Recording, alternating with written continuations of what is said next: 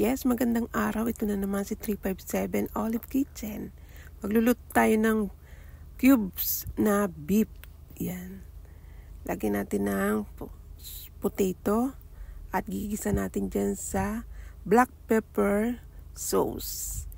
Yes. Ayan. Ang beef ay minarinate ko lang sa kaunting asin, paminta, black pepper, at saka kaunting cornstarch. Then painit tayo ng mantika. Tapos ilagay natin ang beef pag mainit na si mantika. At ang beef ay madali lang lutuin. Yan. Cubes yan. Aking biniling beef. Ang beef ay madaling lutuin. Kaya lakasan mo lang yung apoy. Tapos galaw-galawin mo siya. Then, presto. Manood lang po kayo kay 357 Olive Kitchen. Yan, nilagyan ko ng bawang. Press na bawang. Then, pag nag-brown na siya o nawala na yung kulay red, pwede nating ilagay ang potato. O kahit may konti pang red. Ang potato naman ay aking bake na sa air fryer. So, kaya madali na siyang lutuin. Yes. Sinasayaw-sayaw ko lang yung kawali.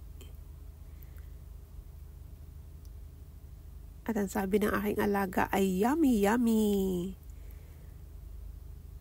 Yan. Huwag niyong kalimutang mag-subscribe, mag-like, comment, and share. Kung nagustuhan nyo ang aking video, comment below. And kung meron kayong rating sa aking cooking, just comment below. Thank you. Yes, ilagay na si potato, tapos yung sauce. Then, galaw-galawin mo ulit. Halo-halo. Then, presto, meron na tayong beef with potato, easy cooking. Yan. Yan, halo ka lang ng halo. Yes. Hanggang sa mag-overheat na siya.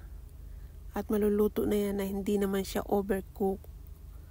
O, 3 minutes ko lang niluto. Matagal na nga yun. Ay, kumuha ako ng lalagyan dyan. Yan. O, diba? Parang chef ng resto. O, try natin kung may lasa. Ganyan lang siya. Ayos na yan. Thank you so much sa panunod sa aking video na ito sa pagluluto ng beef with potato na easy cooking. Lagyan mo lang ng kaunting sauce. Ayan na, tapos na. Thank you so much. Thanks for watching. Bye-bye and God bless.